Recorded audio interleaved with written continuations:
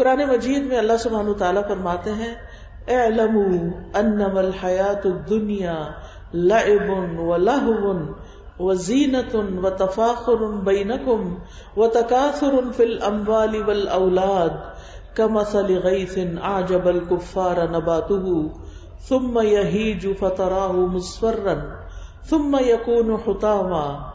وفی الآخرۃ عذاب شدید ومغفرۃ من اللہ ورضوان وما الحیاۃ الدنیا الا متاع الغرور. خوب جان لو کہ دنیا کی زندگی محض کھیل تماشا، زینت اور آرائش، اور تمہارا آپس میں ایک دوسرے پہ فخر کرنا اور مال اور اولاد میں ایک دوسرے سے زیادہ حاصل کرنے کی کوشش کرنا. یہ ایسے ہی ہے جیسے بارش ہوئی تو اس کی نباتات نے کاشتکاروں کو خوش کر دیا، کسان خوش ہو گئے کہ بارش ہو گئی، پھر وہ جوبن پہ آتی ہے، خوب فصل اگتی ہے، پھر تم دیکھتے ہو کچھ عرصے بعد کہ وہ زرد ہو گئی، سوکھ گئی، پھر وہ بھس بن جاتی ہے. جبکہ آخرت میں ایسی غفلت کی زندگی کا بدلہ سخت عذاب ہے، اور ایمان والوں کے لیے اللہ کی بخشش اور اس کی رضا ہے، اور دنیا کی زندگی تو محض دھوکے کا سامان ہے. یعنی انسان اس زندگی میں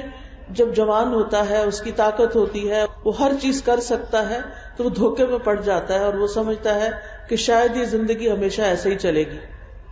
لیکن ایسے نہیں چلتی. بہت جلدی بچپن گزر جاتا ہے اور انسان کے پاس صرف میموریز، صرف یادیں باقی رہ جاتی ہیں. جوانی گزر جاتی ہے اور صرف یادیں باقی رہ جاتی ہیں، اور پھر بڑھاپا بھی آ جاتا ہے اور چلا جاتا ہے، اور انسان ہی چلا جاتا ہے، اور کچھ تو اس سے پہلے ہی چلے جاتے ہیں. تو پھر سوچئے کہ اس تھوڑی سی زندگی کو ہم نے کیسے گزارنا ہے، بغیر کسی پلاننگ کے، بغیر کسی منصوبے کے، بغیر سوچے سمجھے، بغیر علم حاصل کیے، بغیر محنت کیے، یا پھر ہم نے آخرت کو سامنے رکھ کے جینا ہے، کیونکہ وہ تو ہمیشہ کی جگہ ہے. رسول اللہ صلی اللہ علیہ وسلم نے فرمایا تم جانتے ہو کہ ہمیں اللہ کی طرف لوٹنا ہے، پھر جنت کی طرف یا جہنم کی طرف جانا ہے. وہ ایسی اقامت گاہ ہے کہ وہاں سے روانگی کہیں نہیں.